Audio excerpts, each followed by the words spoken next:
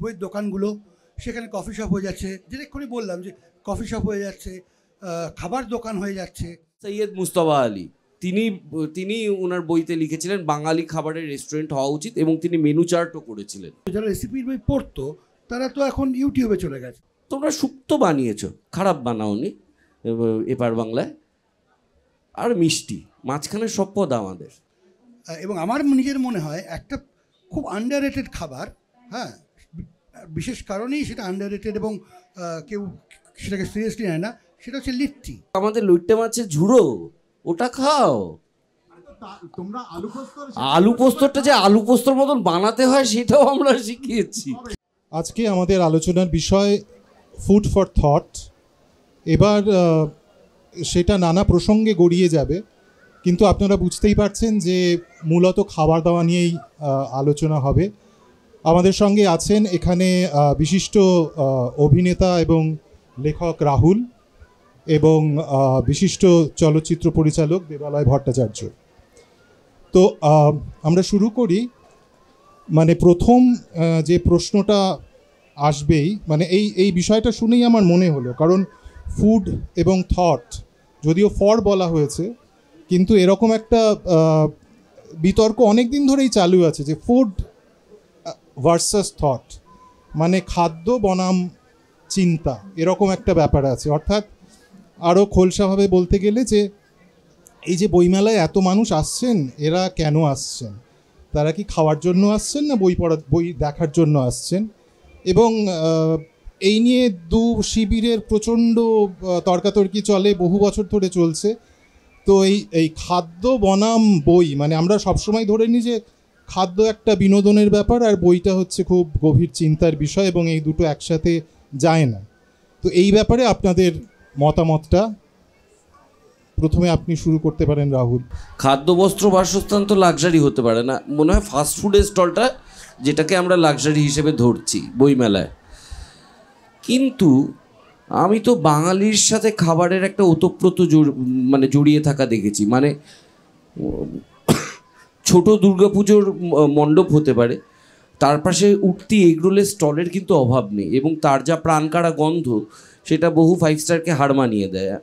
এবং বাঙালির আত্মীয় মারা গেলে সে ধোকার ডালনা করবে না ছানার ডালনা করবে সেটা নিয়ে আগে ভাবে, এবং বাচ্চা জন্মালেও তার 6 মাসে কী হবে তাতে মেনুটা খুব ইম্পর্টেন্ট থাকে। তো বাঙালির খাবারের প্রতি একটা অমোঘ টান আছে, এবং সেই টান বইমেলাতে যে প্রতিফলিত হচ্ছে, এটা এক ধরনের হবার ছিল, ঘটমান একটা, মানে খুব পসিবল একটা ঘটনা।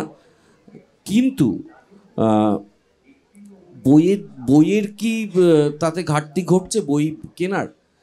আমি জানি না। তাহলে তো বই পড়ার এমনিতেই ঘাটতি ঘটেছে, সেটা তো আমাদের স্বীকার করে নিতে হবে। তার জন্য তো খাদ্য দায়ী নয়। আমাদের যে রেগুলার ম্যাগাজিন বেরোয়, তার যে গ্রাহক সংখ্যা কমেছে, তার জন্য তো কোনো ফুড স্টল দায়ী নয়। আমরা এমনি বই পড়া ছেড়ে দিয়ে চারিদিকে লালহাড়ির বিরিয়ানি আর মোমো খেতে ব্যস্ত হয়ে গেছি। তা সেটা বইমেলাতে গিয়ে আলাদা কিছু হবে না। কিন্তু এই যে মেলায় কিছু মানুষ আসছেন, তারা সবাই বই কিনছেন না, কেউ পোস্টার কিনছেন, কেউ ওই হস্তশিল্পের যে ছোট ছোট ঘর সাজানোর জিনিস, ফ্রিজ ম্যাগনেট, সেটাও কিনছেন, কেউ শুধু ফিশ ফ্রাই খাচ্ছেন। কিন্তু এই যে মেলার আবহ এবং তার চারপাশে কাগজের গন্ধ, বইয়ের গন্ধ, এইটাকে তো অস্বীকার করা যায় না। এটা আমাদের এই পূর্ব প্রান্তের শহরটাতেই হয়। তাই জন্য আমার মনে হয় থাকুক না খাবার, বইও আছে। হ্যাঁ, দেবালয়কে একই প্রশ্ন। হ্যাঁ, আসলে রাহুল একটা যেটা কথা বললো, বইয়ের গন্ধ, এটা আমার মনে হয় সবচেয়ে ইম্পর্টেন্ট পয়েন্ট। বইমেলার গন্ধ, আগে আমাদের একটা ছিল স্মৃতিতে বইমেলার গন্ধ, যেটা ছিল ময়দান কেন্দ্রিক। তারপরে নতুন করে আবার জায়গা পরিবর্তন হয়েছে দুবার, আবার করে নতুন করে স্মৃতি তৈরি হচ্ছে। আমাদের যে পরের জেনারেশন, তাদের বইমেলা স্মৃতি নেই, হ্যাঁ, তাদের আবার নতুন, তাদের হয়তো এই বিধাননগরের স্মৃতি থাকবে। কিন্তু বইয়ের গন্ধটা কতটা প্রাসঙ্গিক আছে আর আমাদের জীবনে, আমি বলতে পারি আমার বই পড়া খুব কমে গেছে, কিন্তু আমি বই ঘিরে না থাকলে আমি খুব অসহায় বোধ করি। কখনো কোথাও গেলে একটা বই নিয়ে যাই, হয়তো পড়লাম না, কিন্তু বই আছে। যে আমার সঙ্গে কয়েকজন লোক আছে যারা ভেবেছে, যারা বেঁচেছে, যারা থেকেছে। এবার আমার ছেলের ক্ষেত্রে দেখেছি, আমার ছেলে এখন 18 বছর বয়স, তার বইয়ের গন্ধটা তার কাছে কোনো নেশা নয়। এবার ও যদি বইমেলায় আসে, আমি বুঝতে পারবো ওর কাছে বইটা পুলটা নয়। সেক্ষেত্রে জানি না, হয়তো খাওয়াটা হবে, কারণ আমি দেখেছি ওরা খাওয়া দাওয়া নিয়ে অনেক বেশি চিন্তিত। যেভাবে রেস্টুরেন্টস, যেভাবে নতুন নতুন কুইজিনস নিয়ে ওরা ভাবে, আলোচনা করে, বিদেশি, দেশি। এবার পয়েন্টটা হচ্ছে, তাহলে কি আমার ছেলে এর প্রবলেম এটা? না, প্রবলেমটা যদি আমার ছেলের হতো তাহলে তাকে তিরস্কার করতাম শুধু। কিন্তু প্রবলেমটা একটা গোটা জেনারেশনের দেখতে পাচ্ছি। ও এবং ওর সমস্ত বন্ধু বান্ধব এবং যে যে পরিবেশেও যাচ্ছে সেখানে, মানে আমি বই পড়ার তাগিদটা চিরকাল পেয়েছি, কারণ আমার চারপাশে যারা আছে তারা তো পড়ছে যে ফিয়ার অফ লুজিং আউট থেকে, হ্যাঁ, এবং পিছিয়ে পড়া, অশিক্ষিত, মূর্খ বলার ভয় থেকে পড়ছি। সেখান থেকে ভালোবাসা জন্মেছে, বিভিন্ন ভাষা, কবিতার ভাষা বা সাহিত্যের প্রতি। কিন্তু ওদের সেই পরিবেশটাই কোথাও নেই। এবং একটা শহর থেকে ধীরে ধীরে দেখতে পাচ্ছি বই নিশ্চিহ্ন হয়ে যাচ্ছে। বইয়ের দোকানগুলো, সেখানে কফি শপ হয়ে যাচ্ছে, যেটা এক্ষুনি বললাম যে কফি শপ হয়ে যাচ্ছে, খাবার দোকান হয়ে যাচ্ছে। কত কত খেতে পারে মানুষ? আমি অবাক লাগি, কত খেতে পারে আর কত জামা কাপড় পরবে। এটা ঠিক, মানে বইয়ের দোকান কমেছে এবং খাবারের দোকান একটা অস্বাভাবিক হারে বেড়ে গেছে। এটা ঘটনা। এই কামিং টু দ্য পয়েন্ট, যে এই যে বইয়ের গন্ধ, আমি সিস্টেমেটিক্যালি দেখছি এখন এডুকেশন সিস্টেমে বই নেই। বইয়ের সঙ্গে আমাদের যে সম্পর্ক থাকতো, যে আমাদের ক্লাস শুরু হওয়ার আগে আমরা বইগুলো আগে পড়ে ফেলতাম, একটা বাংলা বইয়ে কী কী গল্প আছে, কী কী কবিতা আছে, ওদের নোটস দেওয়া হচ্ছে। এবং ছোটোবেলা থেকে বইয়ের সঙ্গে সম্পর্কটা তৈরি করতে দেওয়া হয়নি। এবং তারপর কোভিড পরবর্তী সময় তো দেখছি পুরোটাই অনলাইন এবং ইয়েতে চলে। ওদের বইয়ের সঙ্গে ওই বইয়ের গন্ধটাই তো ওদের নেই।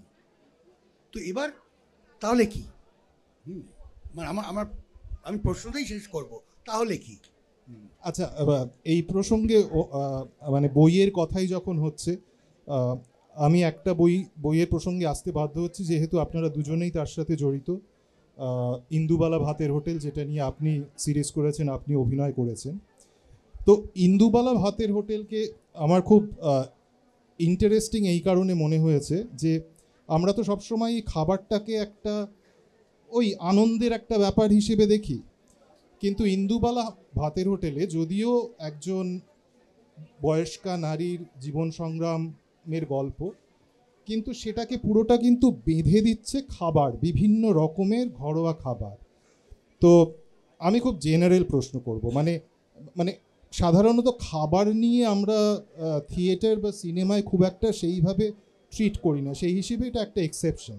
তো আপনি যখন অভিনয় করেছেন এবং আপনি যখন পরিচালনা করেছেন, এই খাবারের পার্সপেক্টিভটা কিভাবে এসেছিল?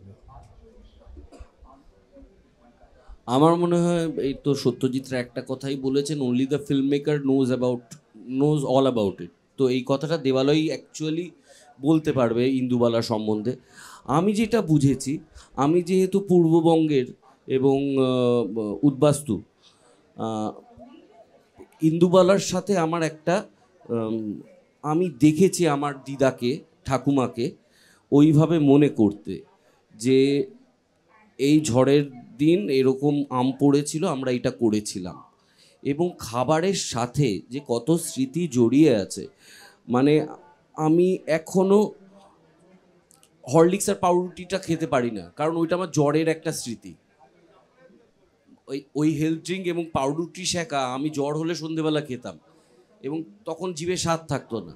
সেটা আজও আমার স্মৃতি, সেটা দেখলে আজও আমার বিবমিশা হয়, ভাল লাগে না দেখতে।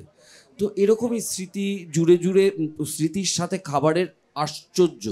তার কারণ স্মৃতি তো অ্যাকচুয়ালি আমাদের 5 রকম, আমাদের স্মৃতি 5 রকম আমাদের অভিনয়ে শেখানো হয়েছে। তা আসলে 5টা ইন্দ্রিয়, যা তোমার দৃষ্টিতে ঢুকছে, যা তুমি শুনতে পাচ্ছ, যা তুমি শুঁকতে পাচ্ছ, যা তুমি স্পর্শ করতে পারছো, আর চতুর্থটা কি বাকি রয়ে গেল, আর যা তুমি স্বাদ গ্রহণ করতে পারছো। ইন্দ্রিয়ের সব কটার এক্সারসাইজ খাদ্যের মধ্যে আছে। তো তার সাথে স্মৃতির সম্পর্ক থাকতে বাধ্য এবং সেই স্মৃতি ঘুরে আসতে বাধ্য। Basically test is memory. হ্যাঁ, মানে মেমোরি থেকেই স্বাদের অনুভূতি। হ্যাঁ, না, ইন্দুবালাতে দুটো দুটো ব্যাপার ছিল। একটা হচ্ছে যে যেটা খুব টেকনিক্যাল ছিল, যেটা নিয়ে কখনো কথা বলিনি আমি, যে বাঙালি রান্না করা এবং পরিবেশন করা দেখতে সবসময় খুব সুন্দর হয় না, যেটা বিদেশি খাবার যেমন খুব সুন্দর হয়। হ্যাঁ, কারণ আর আমাদের ধরো একটা শুক্তো, সেটা দেখে আমার খেতে ইচ্ছে করছে, আমার মনে হচ্ছে খুব সুন্দর দেখতে হয়েছে, সেটা খুব আপেক্ষিক। কারণ আমি এর স্বাদ জানি, গন্ধ জানি, বহু বছর ধরে দেখে আসছি, আমার দেখে ফিল করতে পারছি। কিন্তু একটা ইন জেনারেল তুমি যদি ক্যামেরায় দেখো, বাঙালি খাবার খুব ক্লামজি একটা জিনিস। তো এইটা খুব শক্ত ছিল আমাদের, যে কীভাবে এটাকে সুন্দর করে দেখাবো। হ্যাঁ, সেটার জন্য প্রচুর কাঠখড় পোড়াতে হয়েছে আর কি। আর আরেকটা যেটা হচ্ছে যে তুমি যে প্রশ্নটা করলে যে খাবার, হ্যাঁ, মানে ইন্দুবালার কথা বললে কলোলার কথা বলতেই হয়।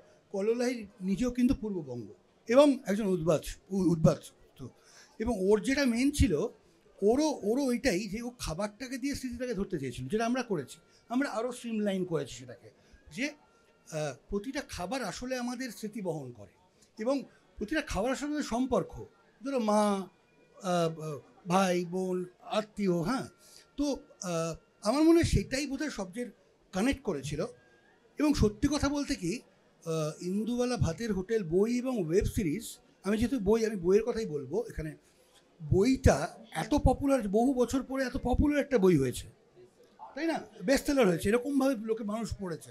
তারপরে মানুষ বই পড়তে ভালোবাসে, এখনও পড়ে, খুঁজে খুঁজে পড়ে। কিন্তু কারণ এটা কোনো বড় প্রকাশকের ছিল না, কললাহিকে তখন কেউ চিনত না। এবার আমার যেটা মনে হয়, তার মধ্যে এক হচ্ছে খাবার, হ্যাঁ, খাবার, এবং দুই হচ্ছে বাঙালির মেলানকলিয়া। হ্যাঁ, দুটোই থেকেছে সে কারণে। তো আমাদের খাবারের পয়েন্টটাও এটা ছিল যে আসলে খাবারটা আমাদের কাছে মেমোরি অ্যান্ড মেলানকলিয়া। তো সেইভাবেই পুরোটা আমরা ট্রিট করেছিলাম। এইখানে একটা আমি পূর্ববঙ্গের খাবারে যাওয়ার আগে অন্য একটা প্রশ্ন করছি। এই যে আমাদের খাবার পরিবেশনের জায়গাটা আমাদের দেখতে অতটা ভাল লাগে না, এটা বলতেই আমার মনে পড়ে গেল গল্প হলেও সত্যির কথা, যেখানে ওই আমাদের বারোয়ারি রান্নাঘর, রবি ঘোষ রান্না করছেন, ছায়াদেবী রান্না করছে। তো এই যে সব কিছুকে একটু সুন্দর করে দেখাতে হবে, যেটা ফুড ব্লগাররাও করছেন এখন, তার ফলে কি কোনোভাবে মানে আমাদের যে ট্র্যাডিশনাল রান্না, যেটা স্পিরিটটা, যেটার স্বাদ, যেটার ঘরোয়া রান্না, এই সুন্দরভাবে সব কিছু পরিবেশন করতে গিয়ে কি কোথাও এই জিনিসটা হারিয়ে যাচ্ছে, সব কিছু একটা সুন্দর করে দেখাবার চেষ্টা? আমি তো দক্ষিণ ভারতে কাজ করেছি, মানে বাংলা ছবিই করেছি, কিন্তু আমাদের বাংলা ছবির অনেকটা অংশ একটা সময় দক্ষিণ ভারতে হতো, সেখানে দিনের পর দিন আউটডোর করতে হয়েছে। আমাদের ইডলি যত প্লেন এবং যত সুন্দর, আমাদের দোসা যত সুন্দর, ওদেরটা দেখলে মনে হয় হতচ্ছেদ্যা করে বানিয়েছে। কিন্তু আসলে ব্যাপারটা হচ্ছে ওরা এটা রোজ খায়, ওদের অত প্লেটিংয়ের গুরুত্ব নেই। তেমনই আমাদের গোবিন্দভোগ চাল, আলু সেদ্ধ, ডিম সেদ্ধ দিয়েছি, আবার প্লেটিং কি ভাই, আগে মাখো। ওই সাজানো প্লেটিংয়ের লাল মাটির উপর কলা পাতা দেওয়া ওই যে সাজানো বাঙালি খাবার, ওতে আমার একদম রুচি নেই। আমি যদি অত খরচ করতে যাই, I'd rather have foreign cuisine or something else. নাহলে আমার মা ভালো, নাহলে পাইস হোটেলে আমি খুব তৃপ্তি পাই। না, এক্স্যাক্টলি, আমরাও তাই। আসলে আমরা বোধহয় একদম মধ্যবিত্ত, কারণ আমাদের খাবারের স্মৃতিটা হচ্ছে মা গরম গরম রান্না করছে, আমরা বসে আছি প্লেট নিয়ে, মা দিল, আমরা খেয়ে দৌড়ে গেলাম। তখন বুঝতে পারিনি তার স্বাদটা কতটা। হ্যাঁ, এখন বুঝতে পারি সে কী অপূর্ব স্বাদ ছিল তার। তখন রোজ একই রান্না করে, একটা মাছের ঝোল করছে, ভাত করছে, এখন ওটার জন্যই ক্রেভ করি। হ্যাঁ, তো আসলে তাই। না, আমার মনে হয় যে আমার যখন ছোটোবেলা, মানে আমি বলছি 80-র দশক, তখন কিন্তু রেস্টুরেন্টে বাংলা খাবার বলতে ব্যাপারটা ছিলই না, মানে প্রায় ছিলই না, কিছুই ছিল না। এবার সেখান থেকে এই যে একটা বিপুল, মানে প্রায় পাড়ায় পাড়ায় নানা রকম, হ্যাঁ, বেগুন মনোহারি আর এরকম চিকেন অরগৌরি টাইপের যে খাবার তৈরি হলো, এই কালচারটা তৈরি হলো, এটার একটা কারণ হয়তো আমাদের সময় কমে আসা ইত্যাদি ইত্যাদি, কিন্তু এর ফলে বাঙালির যে খাবারের কালচারটা, সেটার কিভাবে মানে সেটা কি ভালো হলো না খারাপ হলো, মানে এটা পার্সোনাল মানে বাদ দিয়েও বলতে চাইছি। ভালোও হলো, কারণ যেমন আতার পায়েস, আমসত্ত্বের হাত অম্বল, এইগুলো এখন বিভিন্ন রেস্টুরেন্ট, তাদেরও তো রোজ আপগ্রেড করতে হবে। এবার পুরনো রেসিপিতে তারা যাচ্ছে, তারা খুঁড়ে বার করছে, অমুকে এইটা করেছে তাহলে আমাকে সিলেটের এই রান্নাটাকে আনতে হবে, সিলেটের রান্না এনেছে তাহলে আমি চাটগাঁয়ের মরিচ খোলা বাটা শুটকিটা আনবো। এই যে কম্পিটিশান, এবং তাতে অনেক রেস্টুরেন্টের একটা কালিনারি আপলিফমেন্ট হচ্ছে, এবং সেটা বাংলাতেও হচ্ছে, বাংলা রেস্টুরেন্টেও হচ্ছে। ওতে আমার কোনো সন্দেহ নেই যে কম্পিটিশান বাড়লে এবং খাবার বাড়লে, খাবারের রেস্টুরেন্ট বাড়লে সেটা খারাপ হবে না। এবং বাংলা রেস্টুরেন্টের, বাঙালি খাবারের রেস্টুরেন্টের প্রথম পরিকল্পনা আমার দেখা, আমার পড়া হচ্ছে সৈয়দ মুস্তফা আলী। তিনি ওনার বইতে লিখেছিলেন বাঙালি খাবারের রেস্টুরেন্ট হওয়া উচিত, এবং তিনি মেনু চার্টও করেছিলেন। খুব সুন্দর ইনফরমেশন দিল। হ্যাঁ, আমার পয়েন্টটা আসলে যেখান থেকে, ওর পয়েন্টটা থেকে ধরে, যে রান্না নিয়ে হ্যাঁ চর্চাটা সত্যি খুব বেড়ে গেছে। হ্যাঁ, মানে সেটা খুব ভালো। এবং ইউটিউবে আমি দেখছিলাম সেদিন একটা শশা দিয়ে ডাল, এবার শশা দিয়ে ডাল যে কত রকমভাবে করা যায়, হ্যাঁ, ভাবা যায় না। এবং এটা আমার মনে হয় না কোনো প্রদেশে বা দেশে এটা আছে। সেটা আমার কাছে মনে হয় খুব খুব পজিটিভ একটা চর্চা। যেমন একটা হ্যাংলা বলে খাবার নিয়ে একটা এখন ম্যাগাজিন বেরোয়, হ্যাঁ ম্যাগাজিন বেরোয়। আগে এত ভ্লগস করছে মানুষ, এবং যেটা হচ্ছে যে ঘরের মহিলারা যাদের কাছে আসলে সত্যিকার এই লুকোনো রেসিপিগুলো আছে সেগুলো আমরা পাচ্ছি। এবং বিভিন্ন রেস্টুরেন্টসে আমরা অনেক রকম খাবার পাচ্ছি। অনেক ও যেরকম বললো যে খুব খুব রেয়ারেস্ট অফ দ্য রেসিপিস আমরা পাচ্ছি। তো আমার পয়েন্টটা হচ্ছে খাবারের চর্চাটা খুব সুস্থ বা সংগঠিতভাবে হচ্ছে, তাহলে বইয়ের চর্চাটা কেন হচ্ছে না? এই যেহেতু ভ্লগিংয়ের প্রসঙ্গ এলো, কাজেই আমি আরেকটা প্রশ্নে আসি। সেটা হচ্ছে ফুড ব্লগারদের এগেনস্টে, এবং আমার মনে হয় যত রকম ভ্লগিং হয় তার মধ্যে ফুড ব্লগারের সংখ্যা সব থেকে বেশি, করাও সহজ, এবং মানে তারা সব জায়গায় পৌঁছে যাচ্ছেন। মানে গড়িয়া স্টেশন রোড নিয়ে একটা ভ্লগ হয়েছে, তাও আমি দেখেছি। একটা হচ্ছে যে ফুড ব্লগারদের দৌড়াতে অনেক জায়গায় খাওয়া যায় না, এটা একটা সমস্যা। দ্বিতীয় সমস্যা যেটা লোকে বলেন সেটা হচ্ছে অনেক সময় ফুড ব্লগারদের সৌজন্যে এমন অনেকে ভাইরাল হয়ে যান এবং তারপরে তারা মুখ থুবড়ে পড়েন, সেটা তাদের পক্ষেও ভালো নয়। আর তৃতীয় যেটা একটা ফেসবুক পোস্ট দেখেছিলাম, বলেছিল যে দেখুন এই যে দোকানগুলো আপনারা দেখাচ্ছেন না, এদের খাবার আমরা সারা জীবন ধরে খাচ্ছি, কোনোদিন মনে হয়নি এত ভালো খাবার এগুলো, তো হঠাৎ এগুলো ভ্লগিংয়ের সৌজন্যে এত ভালো হয়ে গেল কি করে? এটা নিয়ে আপনাদের মন্তব্য। আসলে এইটা তো একটা ক্যামেরার একটা ডেমোক্রেটাইজ হয়ে গেছে, এখন সবার কাছেই ক্যামেরাটা আছে। এবং ফুড ব্লগিংটা যেহেতু লোকে খাচ্ছে, যা খাচ্ছে তা সবাই করবে, এবং তা সহজ হলে আরও বেশি করবে, এবং যা বেশি হবে তার মধ্যে বেশিরভাগই খারাপ হবে, এটাতে কিছু করার নেই। এবং ফুড ব্লগাররা এমন সব কথা বলছে, যেমন বিরিয়ানির যাবতীয় কৃতিত্ব তার মাংসের সাইজে। এটা তো হতে পারে না, দামড়া মাংস দিয়ে দিল আর বিরিয়ানিটা অখাদ্য, এই দেখুন কত বড় পিস, 250 গ্রাম পিস, আর ঝরে ঝরে পড়ছে। এ তো অসম্ভব। কিন্তু ফুড ব্লগিং হচ্ছে, কিন্তু এর মধ্যে কেউ জানিয়ে দিচ্ছে, এই যে মহল নামে পাইস হোটেলে আপনি কলেজ স্ট্রিটে খেতে বসেছেন, এর দোতলায় জীবনানন্দ দাস আর শরদিন্দু পাশাপাশি থাকতেন, একজন ব্যোমকেশ লিখছে, একজন রূপসী বাংলা, এটাও তো জানিয়ে দিচ্ছে কেউ কেউ। তাহলে আমি আবার সেটাকে ভালো দেখছি। হ্যাঁ, যেটা পয়েন্টটা হচ্ছে যে যখন হয়, আমরা যখন কলেজে পড়ি তখন দেখতাম যে সবাই কবি হতে চায়, এখন সবাই ব্লগার হতে চায়। ঠিক আছে, তো পাল্টে গেছে সময়টা। এবং আমার যেটা মনে হয় এই খাবার থেকেও খাবার দেখার যে আনন্দ আছে, তো তো যারা ব্লগ দেখছে আমি জানি না তার মধ্যে কতজন সেখানে গিয়ে খাবে, কিন্তু পয়েন্টটা হচ্ছে যে এটা একটা চর্চা, যে রিলসের মধ্যে খাবার দেখা, হ্যাঁ, দেখার যে আনন্দ একটা, কয়েকজন যারা ব্লগ করে খুব সিরিয়াসলি করে এবং খুব সুন্দর ইনফরমেশনও দেয়। তো ও যেটা বললো যে টেকনোলজির ডেমোক্রাটাইজেশন হওয়াতে, সবার হাতে ক্যামেরা পৌঁছে যাওয়াতে, শুধু ক্যামেরা না, এটা বললে অনেক কিছু বলা যায়, সব কিছু মানে পুরো টাইপিং এটা পৌঁছে যাওয়াতে তো একটা মেহেম হচ্ছে।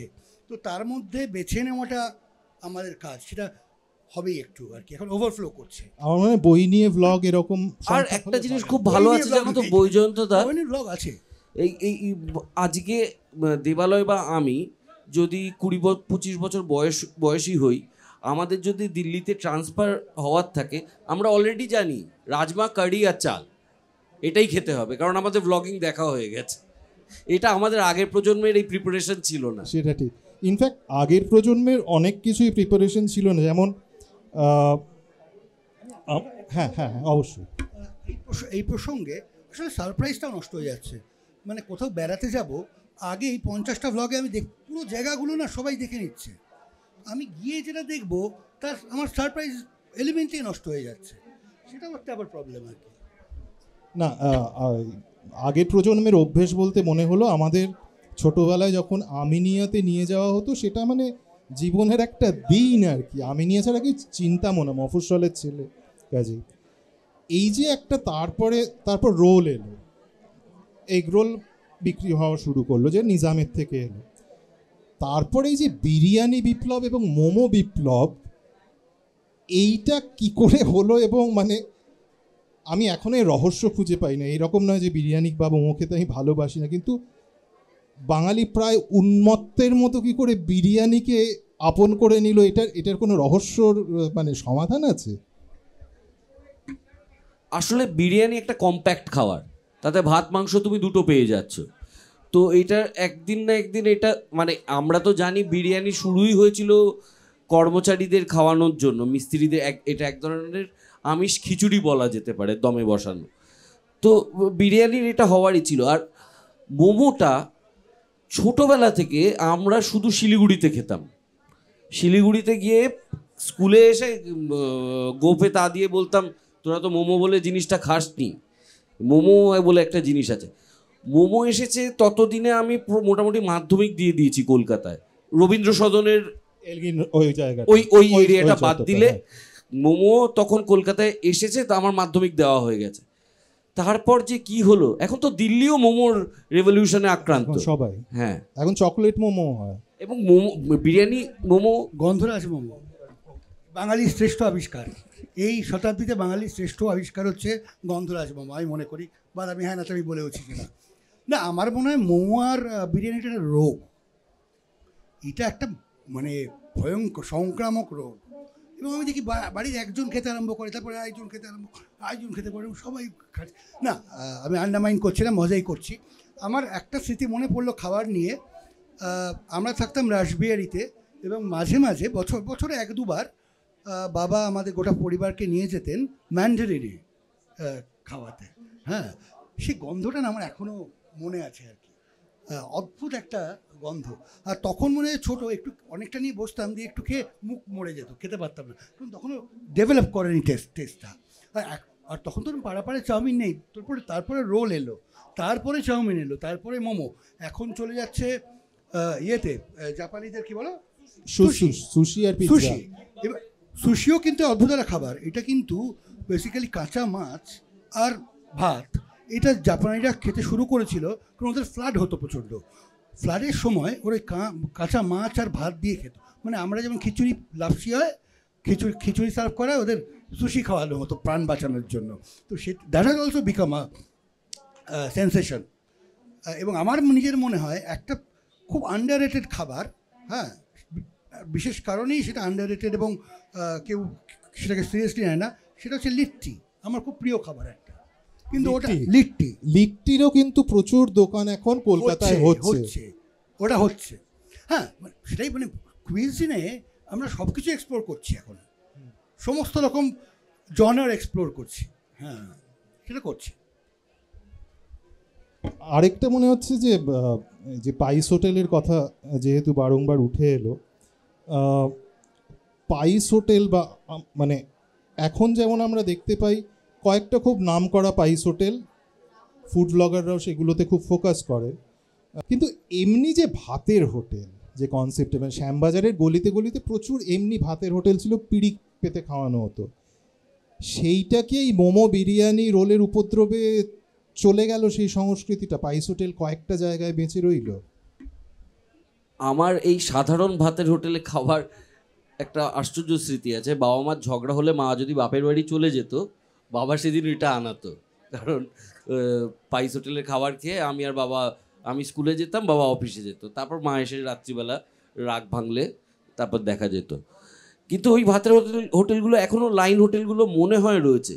যেটা হয়েছে, অনেকেই বাঙালিরা প্রচুর মেনু কার্ড নিয়ে শুরু করে, তারপর টানতে পারে না এবং সেটা তড়কা রুটিতে গিয়ে আটকে যায়, এবং সেটা মনে হয় কিছুটা মূলধনের অভাব। মানে দীর্ঘদিন ধরে কাটলেট বিক্রি না হলে সেটাকে আবার পরের দিন রেফ্রিজারেট করে আবার আনা, এই যে পুরো চপের সম্ভার, রোলের সম্ভার রাখতে না পেরে ক্রমশ চানা মশলা আর তড়কা এবং রুটিতে শিফট করে যায়, কিছুটা মনে হয় মূলধনের অভাব। বাঙালি খাবার তোমার ঠিক করে ঠিক কোয়ালিটি দিতে গেলে রেগুলার, সেটা খুব শক্ত কিন্তু। কারণ এটা কিন্তু ধর নর্থ ইন্ডিয়ান ফুডের মতো তুমি বানিয়ে রেখে, গ্রেভি বানিয়ে রেখে দিতে পারবে না, যদিও করছে সেটা, বানিয়ে দিতে পারবে না, এবং মাংসটা দিয়ে তুমি নেড়ে দিলে, দিয়ে দিলে। আমাদের যে এতক্ষণ ধরে স্লো কুক করা বা এই মাংসটা যেভাবে তৈরি হয়, সেটা তোমার খুব চালু না থাকলে, ব্যাপারটা ডিমান্ড না থাকলে তোমার কোয়ালিটি রাখতে পারবে না। যে কারণে বেশিরভাগ মানে একদম পিওর বাঙালি খাবার, হ্যাঁ কোয়ালিটি খাবার, কিন্তু অ্যাকচুয়ালি খুব কম জায়গায় সেটা কিন্তু কতগুলো ভালো ছিল এখন আর নেই, রাখতে পারছে না তারা। যেই ক্রাউড বেড়ে যাচ্ছে, নেম ড্রপিং তো আমাদের এখানে কাজ নয়, অনেকগুলোই আমরা খুব আয়েশ করে খেতাম, আমরা এখন আর সেখানে যেতে চাই না।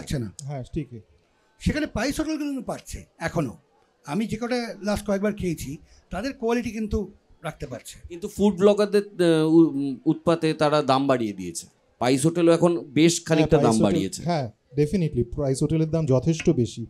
হ্যাঁ ওগুলোকে আর ওইভাবে পাইস হোটেল বলা উচিত। হ্যাঁ ওগুলোকে ইনফ্যাক্ট আমার মনে আছে ঝাড়গ্রামে একটা পাইস হোটেল, ওই যে ওরা ওই যারা খাবার পরিবেশন করতেন তার একটা নামতার মতো পড়ে যেতেন, বিভিন্ন টেবিলের বিভিন্ন নাম্বার থাকতো এবং কাউন্টারে হিসেব রাখার জন্য একটা নামতা পড়তেন, ওই নামতা পড়ার ইয়েটাও কিন্তু প্রায় উঠে গেছে, এখন আমি গিয়ে দেখলাম কোথাও খুব একটা নেই। এই প্রসঙ্গে আরেকটা কথা যেটা না বললেই নয়, এটা সাধারণ মানুষ খুব পছন্দ করেন, সেই জন্যই আমি এই প্রশ্নটা করছি, নইলে হয়তো আসতো না। সেটা হচ্ছে পূর্ববঙ্গের খাদ্য এবং পশ্চিমবঙ্গের খাদ্য। মানে এই ঝগড়াটা মনে হয় বাঙালির ইস্টবেঙ্গল মোহনবাগানের প্রায় কাছাকাছি যায়, যদিও ফেসবুকে ইস্টবেঙ্গল মোহনবাগান নিয়ে যতটা ঝগড়াঝাটি হয় এটা নিয়ে হয় না, কিন্তু আমি দেখেছি মানে এক পক্ষ কিছু বললেই অন্য পক্ষ ফোঁস করে ওঠে আর কি। তো মূলত আমি যেহেতু এখানে সঞ্চালক, আমিও পূর্ববঙ্গের থেকে, কিন্তু আমি কারোর পক্ষ নিচ্ছি না। পূর্ববঙ্গের যারা সমর্থক তাদের বক্তব্য হচ্ছে যে সব খাবারে এক থাবলা চিনি দেওয়া হয় ঘটিদের পক্ষ থেকে। পশ্চিমবঙ্গীয়রা বলেন যে ওরা তো শাক পাতা খায়, ঘাস ফল মূল যা পাওয়া যায়, কারণ ওদের খাবারের সেই সংস্কৃতিটা নেই। এটা নিয়ে শুরু করি, তারপর পশ্চিমবঙ্গের মানুষ রান্না করতে পারে, এটাই একটা হাস্যকর তথ্য আমি আজকে পেলাম। বইমেলায় আসলে নতুন কিছু তো জানা যায়, তা এপার বাংলার লোকেরা রান্নাও জানেন, এটা একটা নতুন খবর আমার কাছে। ভালো ভালো ভালো ভালো খবর। কিন্তু ঠিক আছে, নর্থ কলকাতায় বেশ কয়েকটা মিষ্টির দোকান ভালো, কিন্তু আমরা যে শাক পাতা খাই, আমরা আসলে সব কিছু থেকে স্বাদ বার করতে জানি বলেই খাই। তোমরা মাংসকেও নিরামিষ করতে পারো বলে তোমরা সেটা করতে পারো না, তো আমরা সেটা পারি। আমরা ডুমুরের ফুল দিয়ে খাবো,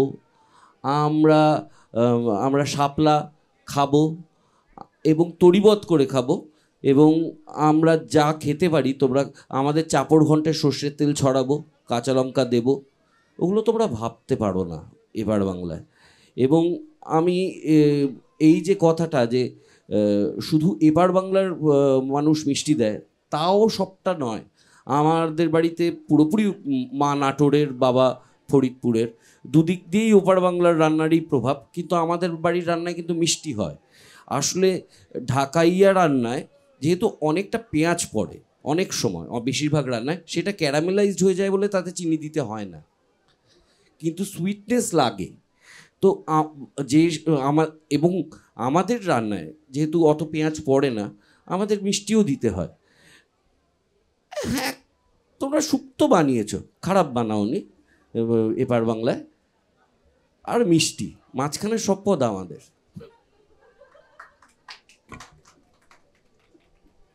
দেবেলা, এবার এটা নিয়ে কি বলবো জানি না, কারণ আমার আসলে দুটো ভাগ। আমার মায়েরা পশ্চিমবঙ্গ, বাবারা পূর্ববঙ্গ, তো দুটো মিলে একটা অদ্ভুত রেসিপি তৈরি হয়েছিল। এবং যেমন আমার বাড়িতে শুটকি আসতো না কখনো। আমি বিয়ের পর আমার স্ত্রী ওরা পূর্ববঙ্গ, প্রচণ্ডভাবে পূর্ববঙ্গ, ওদের থেকে অনেক রকম ইন্টারেস্টিং খাবার শিখেছি, যেমন শুটকি এবং বিভিন্ন রকমের তরকারি, ডালের মধ্যে নানা রকম কিছু দেওয়া। আমাদের বাড়িতে সত্যি অত রকম ভ্যারাইটি হতো না। হ্যাঁ, সেটা একটা কারণ ছিল, আমরা ওই রাসবিহারীতে একটু পুরনো পরিবার। হ্যাঁ, খুব মানে মাছ হলো হচ্ছে পাবদা, হচ্ছে মাছ। হ্যাঁ, ছোটো মাছ হলো পাবদা বা কাজরি। আমি কিন্তু তারপরে এক্সপ্লোর করেছি বড় হয়ে, নিজে আমি বাইরের করতে খুব ভালোবাসি, গুলে মাছ নিজে এক্সপ্লোর করে করে খেয়েছি। হ্যাঁ, তো এই আর এটা খুব অদ্ভুত যে মানে বাঙালির খাবারের বিষয়ে আরেকটা জিনিস বলতে হয়, আমাদের খাবারটা খুব চটজলদি। তার একটা ঐতিহাসিক কারণ আছে। বৈজয়ন্তদা, তুমি যদি উত্তম কুমারের সব নায়িকাদের দেখো, সুপ্রিয়া দেবী, সাবিত্রী চট্টোপাধ্যায়, সুচিত্রা সেন, মাধবী মুখার্জি, সবাই বাঙাল। আমার পিসিরা সবাই চাকরি করতেন। আমাদের বাস্তুচ্যুত হয়ে আসার পর মেয়েদেরকে বাড়িতে বসিয়ে রাখা এফোর্ড করতে আমরা পারতাম না। তারা কেউ নায়িকা হয়ে যেত, কেউ রাইটার্স বিল্ডিংয়ে চাকরি করতো, ডিফেন্সে চাকরি করতো। আমার পিসিরা রাইটার্স বিল্ডিং, ডিফেন্স এসবের জায়গায় বিভিন্নভাবে ছড়িয়েছিল। তো আমাদেরকে চটজলদি মেয়েদেরকে রান্নাটা করে বেরোতে হতো। তো আমাদের রান্না খুব বেশি নাগরিকও, অনেক বেশি নাগরিকও অন্য রান্নার থেকে। হ্যাঁ, আরেকটা আমি মিষ্টি টিষ্টির কথায় যাব না, কিন্তু আরেকটা বড় তফাৎ হচ্ছে, এটা কিন্তু ঘটনা যে মানে এই দিকের রান্নায় বিশেষ করে, মানে আমি বলছি কলকাতা, নদিয়া, হুগলি, উত্তর চব্বিশ পরগনা, এই অঞ্চলটায় মাছের ব্যবহার খুব কম। এরকম নয় যে এইসব অঞ্চলে মাছ হতো না, বা যেমন আমি এখনও অনেক মানে আমাদের প্রজন্মের লোকজনকে জানি যারা বোয়াল খায় না, আর খায় না। এদিকে পূর্ববঙ্গের রান্না ভীষণভাবে মাছের, এইটা কেন হয়েছে আমি বুঝতে পারি না। মানে এটা নিয়ে একটা ছোটো গল্প বলি, তারপর রাহুলকে দেবো, রাহুল এটা নিয়ে ভালো বলতে পারবে। সেটা হচ্ছে, আমার এক পিসমশাই ছিলেন, অনেকটা বয়সে বড়, উনি মারা গেছেন। ওনার পূর্ববঙ্গের গল্প বলতেন। ওনারা স্কুলে যেতেন ইলিশ মাছ ভাত খেয়ে, স্কুল থেকে ফিরতেন আবার ইলিশ মাছ ভাত, বিকেলবেলা আবার ইলিশ মাছ ভাত খেয়ে খেলতে যেতেন, রাত্রেবেলা ইলিশ মাছ ভাত খেয়ে ঘুমোতেন। এটা হচ্ছে ইলিশের সময়। হ্যাঁ, ইলিশের সময়। এবং সারাদিন বলছেন বাড়িতে গন্ধ বেরোচ্ছে, ইলিশের গন্ধ বেরোচ্ছে, কত মানে এরকম গন্ধ, চারবেলা করে ইলিশ মাছ খেলে বাড়িতে ইলিশের গন্ধ বেরোয়। এবং এটা খুব নর্মাল ছিল, ওটা স্টেপল ফুড ছিল, তার কারণ এত পাওয়া যেত। এবং একটা ধরো আমার দাদুদের যে গ্রাম ছিল, দাদুরা বলতো যে বছরে 6 মাস জলে ঢাকা থাকতো, 4-5টা মাছ তোলা হচ্ছে, খাওয়া হচ্ছে, তরি তরকারি যেমন যেমন আসা হয়, আর শাক পাতা, বিভিন্ন রকমের শাক পাতা। হ্যাঁ, সেখান থেকে কিন্তু এই চচ্চড়ি হচ্ছে, তার মধ্যে সর্ষে দিয়ে দেওয়া হচ্ছে, কিছুটা দিয়ে হচ্ছে, এই বিভিন্ন রান্নাগুলো এসছে। তো আমি সেটাই বললাম যে এই গল্পটা আমার মনে আছে, যে 4 বেলা ইলিশ মাছ খাওয়াটা খুব স্বাভাবিক ব্যাপার। মানে একদমই একই গল্প আমি বলবো। সুনীল গাঙ্গুলি ছোটবেলায় দেখছেন গ্রামে একটি ছেলে চাষ করছে, কি খেলি, ওই ইলিশের মাছের মাথা দিয়া ডাল বানাইছিল মা, তারপরে ইলিশের ঝোল খাইছি আর ইলিশের সর্ষে বাটা খাইয়া এলাম। বলে ডাইল তো বড় মাইন শেখায়। ডালটা কিন্তু বাংলাদেশে খুব এক্সপেন্সিভ ছিল, যে কারণে আজও বাংলাদেশের ডাল সবার শেষে খাওয়া হয়। ডাল কিন্তু বাংলাদেশে অনেক পরে ঢুকেছে। তো আমরা নদীমাতৃক দেশ, মেছো দেশ, আর পৃথিবীর কোনো ব্রাহ্মণ মাছ খায় না, আমাদের ব্রাহ্মণই মাছ খায়।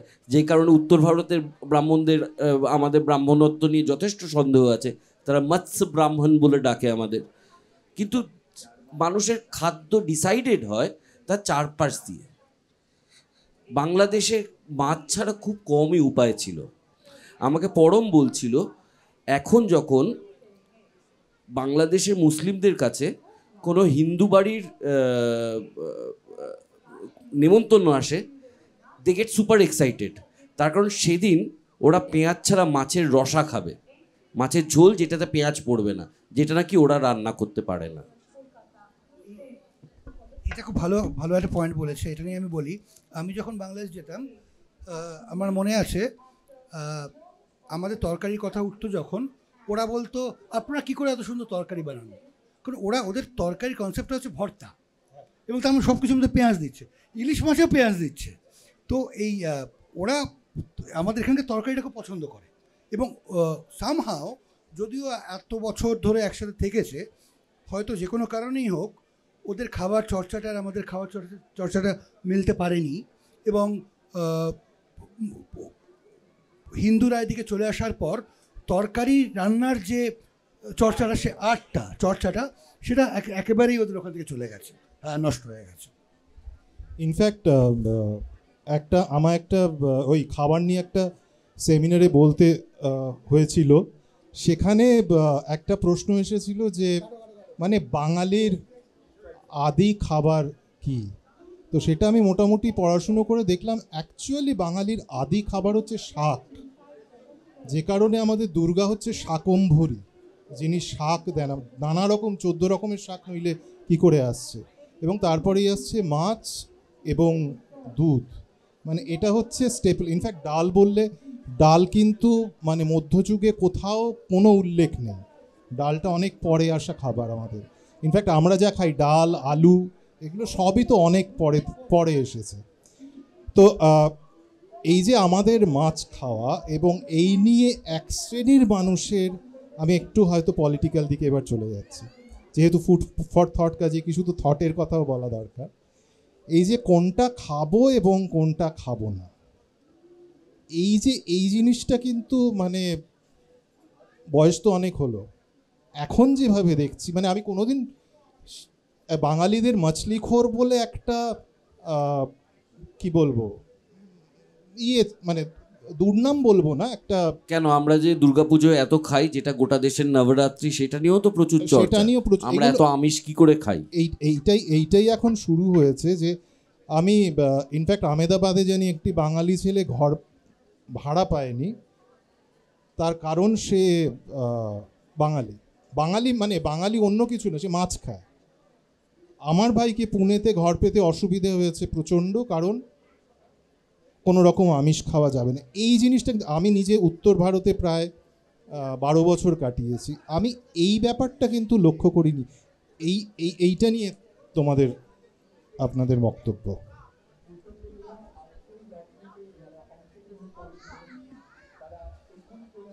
এটা মানে আমার মনে হয় এই যে মানুষের অধৈর্য হয়ে যাওয়া, সেটা সব স্ফিয়ারে, এবং সেটা খাদ্যতে আরও বেশি প্রতিফলিত হচ্ছে। কিন্তু কে কি খাবে, কে কি খাবে না, কে কি পড়বে, কে কি পড়বে না, যতক্ষণ না আমার খাওয়া দেবালয়কে ডিস্টার্ব করছে, বা দেবালয়ের খাবার আমাকে ডিস্টার্ব করছে ব্যক্তিগতভাবে, আমি কখনোই ওটা সাপোর্ট করি না। যে ইয়াং বেঙ্গল যখন উন্নতির দিকে যাচ্ছিল, তারা অন্যদের বাড়িতে গোমাংসের হাড় ছুঁড়েছিল, এটাকে আমি আবার সাপোর্ট করি না। কিন্তু মানুষের খিদে ডিসাইড করবে তার খাদ্য কী। আমার একটা ফেসবুক পোস্ট সব থেকে বেশি মনে পড়ে এখনও, সেই কোভিডের সময় যখন সবাই ট্রেনে চাপা পড়লেন পরিযায়ী শ্রমিকরা, ভাত দে না হলে মানচিত্র খাবো, এটাই হচ্ছে আসল কথা। এটা নিয়ে সে পূজা বললো, খুব সুন্দর করেই বললো। আমার সেটাই মনে হয় যে আসলে ইনটলারেন্স, যেটা বললো যে ধৈর্য, এবং এইটা তুমি হয়তো একটা ছোট্ট মাছের কথা বললে, কিন্তু এটা তো বিভিন্ন বিভিন্ন ক্ষেত্রে বিভিন্নভাবে আসে, যে আমি কাকে আমার স্ফিয়ারে এন্ট্রি দেব বা দেব না, সেগুলো কী দিয়ে নির্ধারণ করা উচিত আর কী দিয়ে নির্ধারণ করা উচিত না, হ্যাঁ, সেটা একটা বড় প্রশ্ন আর কি।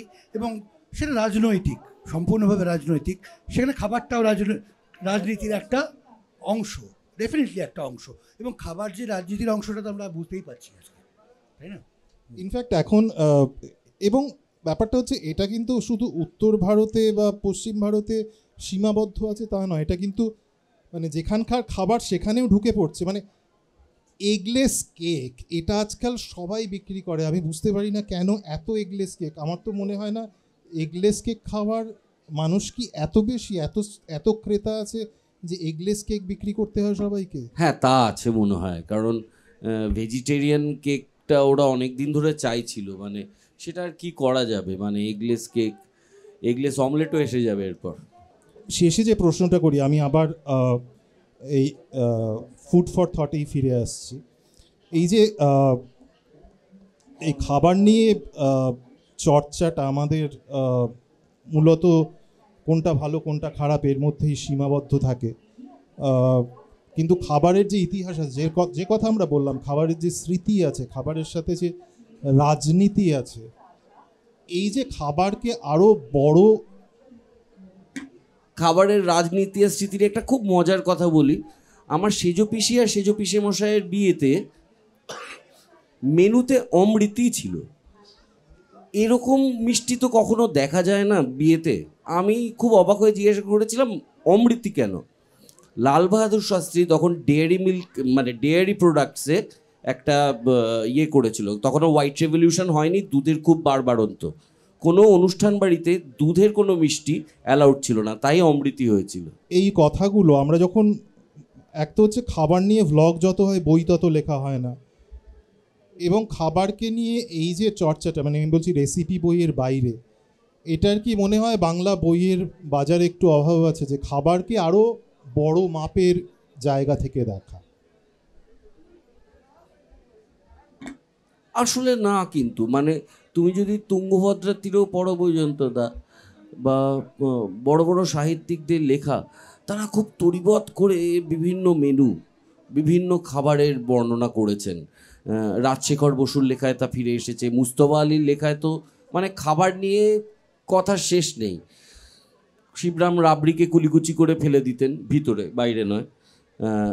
তো বাংলা সাহিত্যে কিন্তু খাবার প্রচণ্ড আছে। এমনকি পাণ্ডব গোয়েন্দার বাবলু যে মোগল সরাইতে নেমে ফাউলকারি দিয়ে ভাত খাবে স্টেশনের, সেটাও ষষ্ঠীপদ চট্টোপাধ্যায় ঠিক করে দিতেন। সবাই, সুনীল, শীর্ষেন্দু, সবার লেখায় খাবার কিন্তু ভালো রকম ভূমিকায় আছে। সাহিত্যে খাবারে হেমেন্দ্র কুমার রায় শুরুই হচ্ছে খাবার দিয়ে, হ্যাঁ, এবং ও যেগুলো বললো আর কি সব করে, নারায়ণ গঙ্গোপাধ্যায়, টেনিদা, প্রেমেন্দ্র মিত্র, খাবার আসলে এরা হয়তো বেশিরভাগই লোকই খুব খাবার ভোজন রসিক ছিলেন, কারণ খাবারটা তো একটা রস, হ্যাঁ। তো তার চর্চা হয়েছে। তুমি যে পয়েন্টটা বললে যে খাবার নিয়ে কি আরও বই লেখা উচিত, এইখানে আমার পয়েন্টটা হচ্ছে যে আসলে বই অ্যাজ এ মিডিয়াম কি তার প্রাসঙ্গিকতা আস্তে আস্তে হারিয়ে ফেলছে। কারণ যারা বই যে পড়তো, যারা রেসিপির বই পড়তো, তারা তো এখন ইউটিউবে চলে গেছে, তারা তো এখন অনলাইনে চলে গেছে। সেইটা আমার মনে হয় একটা চেঞ্জ আসছে, যে বইয়ের ওপর আগে কিন্তু যারা রান্না করতো তাদের বাড়িতে একটা নিজের খাতা থাকতো, এখন যেটা ফোনে লিখে রাখে আমার ধারণা, আর প্রচুর রান্নার বই থাকতো, মানুষ রেগুলার রান্নার বই কিনতো, কিন্তু ওইটা কিন্তু একদম উঠে গেছে ব্যাপারটা।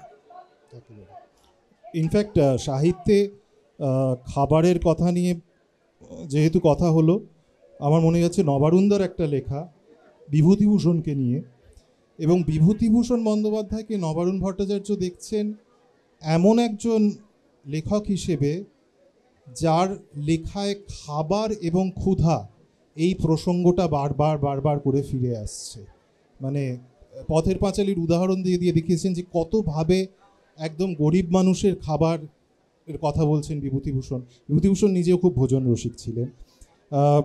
যাই হোক, আমাদের আড্ডা শেষের পর্বে। আশা করি বাঙালির খাবার এবং বই, এই যে দুটো ভালোবাসা, দুটোই বেঁচে থাকবে। যারা খেতে পান না তাদের পাতে ভাত জুটুক, যারা বই পান না তাদের কাছে বই আসুক। এখানেই শেষ করছি। নমস্কার, আপনাদের অনেক ধন্যবাদ। ডাউনলোড করুন এই সময় অ্যাপ iOS ও অ্যান্ড্রয়েডের জন্য।